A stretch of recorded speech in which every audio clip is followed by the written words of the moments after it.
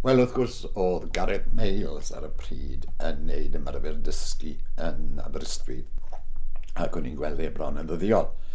Ac oedd e wedi cael ei arestio am ddreifo ar y pafin gyda merch ar y handlebars fel petai, ac oedd e wedi arestio a oedd e wedi cael gwys. A jyst ar ôl hynny, mae Saunders yn sôn, wel, peth cyntaf i ni'n neud yw gwrthod dogfennau Saesneg, a benderfynodd e fydde fe'n gwrthod.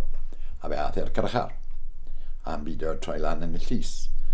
Ac wedyn oedd e'n siarad y fi, oedd e'n dadle mae'r ffordd ymlaen o sicrhau bod nifer y bobl yn troseddu a gyd yn gwrthod gwysiau Saesneg. A dyna beth oedd gwreiddi'n y gymdeithas. Felly chi ddadle mae oherwydd mae ar fater y gwys a datblygodd y gymdeithas bod o elfen o dorcyfraith yn ddi o'r dechrau. Doedd ddim rhaid iddi fel yna, nisson ni nifer o bethau fel cael arwyddion a bethau fel ni a'r siope yn dweud agored ac ar gau a llu o bethau tebyg.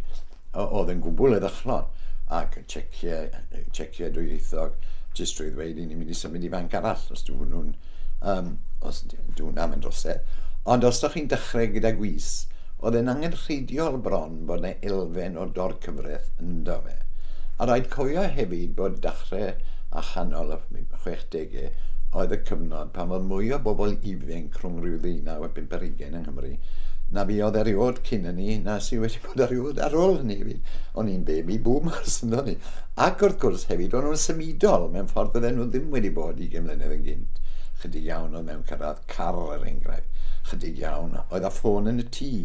Wel, chi'n dod i gyfnod pan falle chi siarad ar y ffôn a'n trefnu bethau. Mae hwnna'n newid mawr iawn.